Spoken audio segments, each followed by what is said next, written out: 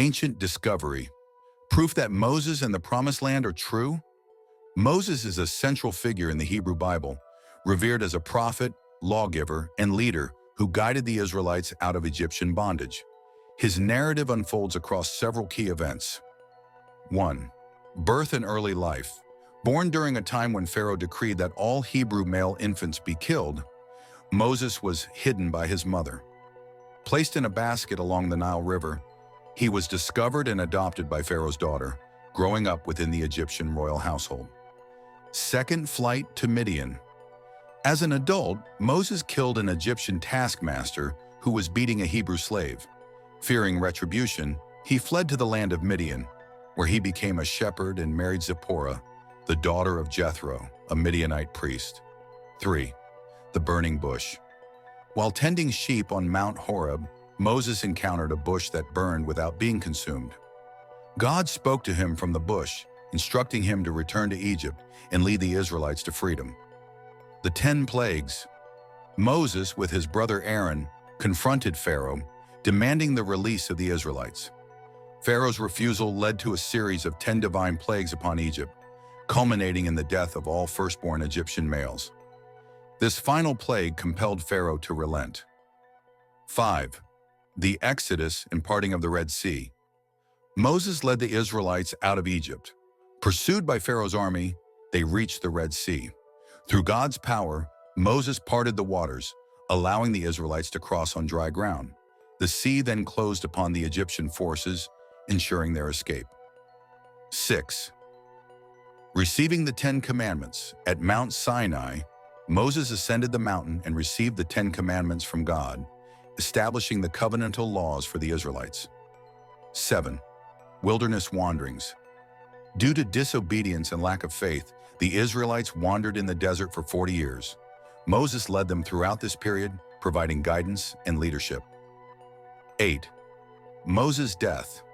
At the age of 120, Moses viewed the Promised Land from Mount Nebo, but was not permitted by God to enter it. He died there, and his burial place remains unknown.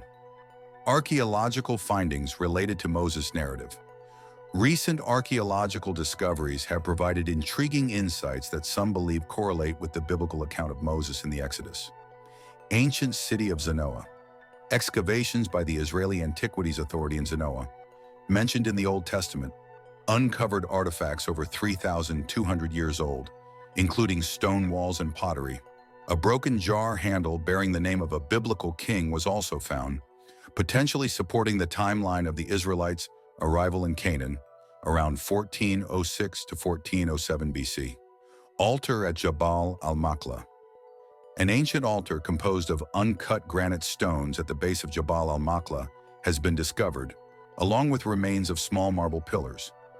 This site aligns with the biblical description of Moses building an altar of uncut stones at Mount Sinai, accompanied by 12 pillars representing the 12 tribes of Israel. Golden Calf Worship Site. Near the proposed Mount Sinai location, petroglyphs depicting people worshiping bulls and cows have been found.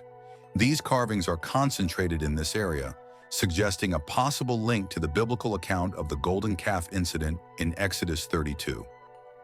Split rock at Mount Horeb. A towering split rock atop a hill exhibits signs of significant water erosion in an arid region. This formation is thought to correspond with the biblical event where Moses struck a rock, miraculously providing water for the Israelites. Scorched mountain peak. Jabal Makla, identified by some researchers as the true Mount Sinai, features a blackened peak. This characteristic aligns with the biblical description of God descending upon Mount Sinai as fire. Underwater land paths in the Red Sea. Studies have identified underwater land formations near Nuweiba Beach, proposed as the Israelites' crossing point during the Exodus. Coral structures resembling chariot wheels have been observed, potentially indicating remnants of the pursuing Egyptian army. These findings, while compelling, are subject to ongoing research and debate within the archaeological and scholarly communities.